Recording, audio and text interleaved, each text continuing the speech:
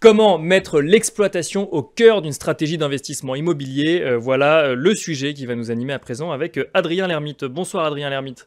Bonsoir Nicolas. Vous êtes directeur général de l'Inavest. Alors on va parler dans un instant de la SCPI que vous avez lancée, l'Ina Club, mais peut-être juste avant un mot sur la société de gestion l'Inavest. Comment est-ce qu'on pourrait la présenter rapidement? Oui, tout à fait. Alors l'Inavest n'est pas une société de gestion, on est un distributeur. C'est une société qui a conçu deux produits immobiliers, une SCI qui s'appelle l'Inascense et une SCPI qui s'appelle l'Ina Club. D'accord. Les gérants de ces deux produits sont Aestiam.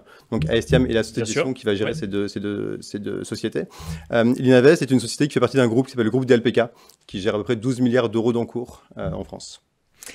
L'Ina Club, quand on parle d'exploitation au service de l'investissement immobilier, quelle différence par rapport à une stratégie SCPI classique? Alors, il y a 2 ans, on a lancé une SCI qui s'appelle l'Inascense, que le timing était opportun. L'Inascense L'Inascense, il y a 2 ans. Cette année, on a lancé l'Ina Club, parce que le timing est également opportun.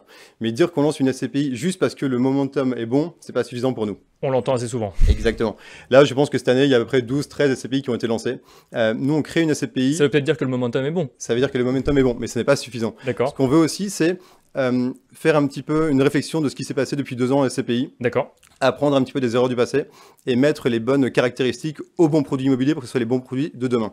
Ce qu'on fait avec la SCPI Lina Club, c'est qu'on investit sur des thématiques qui sont très différentes de ce qu'on peut trouver dans les SCPI classiques. D'accord. Nous, ce qu'on veut aller chercher, c'est les opérateurs. Ok. Quand vous dites des thématiques très différentes, ça veut dire qu'on reste sur les thématiques classiques de SCPI, bureau, commerce ou résidentiel, mais vous allez, là, c'est quoi? C'est la typologie de sélection qui est différente, c'est ça? Oui, nous on pense que ce qui est intéressant, c'est les opérateurs plus que des locataires. Okay. Opérateur veut dire exploitant, veut dire professionnel qui utilise les locaux. Exactement. C'est-à-dire que c'est un professionnel qui a besoin de consommer son actif immobilier pour pouvoir travailler. Okay.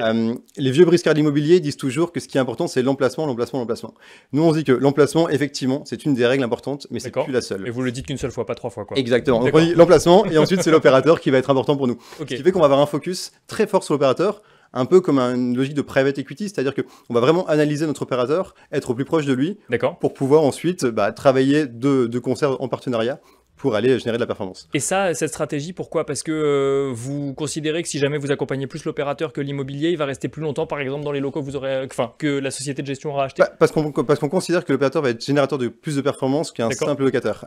C'est pour ça que la SCPI Lina Club est investie uniquement sur de l'hôtellerie, parce qu'un hôtelier a besoin de son hôtel pour travailler. Bien sûr. Sur la logistique, même raisonnement, mais également sur des résidences-services. Résidence-service, c'est du co-living, c'est résidence-service senior, c'est la résidence étudiante, ce sont vraiment ces ensembles qui sont gérés. Donc ça veut dire en fait que dans votre stratégie, l'immobilier n'est pas un espace, mais un asset quelque part d'une entreprise que vous accompagnez. Ça veut dire que vous accompagnez une équipe dirigeante, que vous accompagnez un bilan et un compte de résultat aussi? Ça va pas aussi loin que ça, mais effectivement, quand on investit dans un bien immobilier, ce qu'on va regarder, c'est l'emplacement, ce qui est important, mais également la solidité de l'opérateur. Et pour accompagner l'opérateur sur des baux long terme. Parce que l'autre caractéristique de la SCPI Lina Club, c'est qu'on va aller quasiment que sur des baux long terme. Notre premier actif qui est en exclusivité, c'est un actif qui est en Espagne, qui sera signé, je l'espère, je croise les doigts, courant du mois de novembre. On est sur un bail long terme de 15 ans. D'accord. L'autre caractéristique de l'Ina Club, je n'en ai pas encore parlé, c'est qu'on s'est dit, c'est très bien de changer un petit peu le prisme d'investissement, mais ce qu'on veut aussi, c'est réconforter les investisseurs, c'est leur donner plus de confort. On a vu que pendant 2 ans, les investisseurs avaient été un petit peu chamboulés, et on a appliqué des nouvelles règles maintenant sur la SCPI. La première règle, c'est qu'on a capé la SCPI. Capé, ça veut dire qu'on a un montant maximum de taille de SCPI.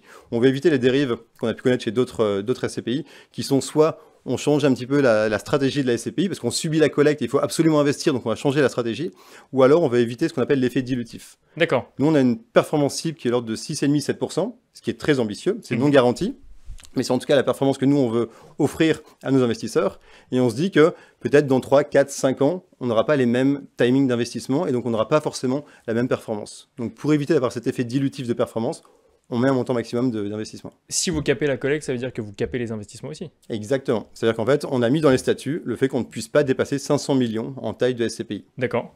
Et ça veut dire que vous allez sélectionner différemment les projets sur lesquels vous allez investir. Si vous additionnez opérateur long terme et SCPI capé, derrière, il reste quand même un espace pour s'exprimer. Alors, on a un terrain de jeu qui est assez grand, puisque c'est quasiment exclusivement en Europe. On a 80% de nos investissements qui sont faits en dehors de la France. D'accord. Pour des raisons assez simples. La première, c'est qu'on peut aller chercher des taux de rendement plus importants. La deuxième, on est sur des baux long terme. On peut aller en Espagne, en Italie, en Allemagne chercher des baux qui sont vraiment très très longs. Et la troisième, c'est la carotte fiscale, puisque effectivement, on paye moins d'impôts dans ces pays-là, donc notre investisseur aura un crédit d'impôt une fois qu'il aura investi via notre SCPI.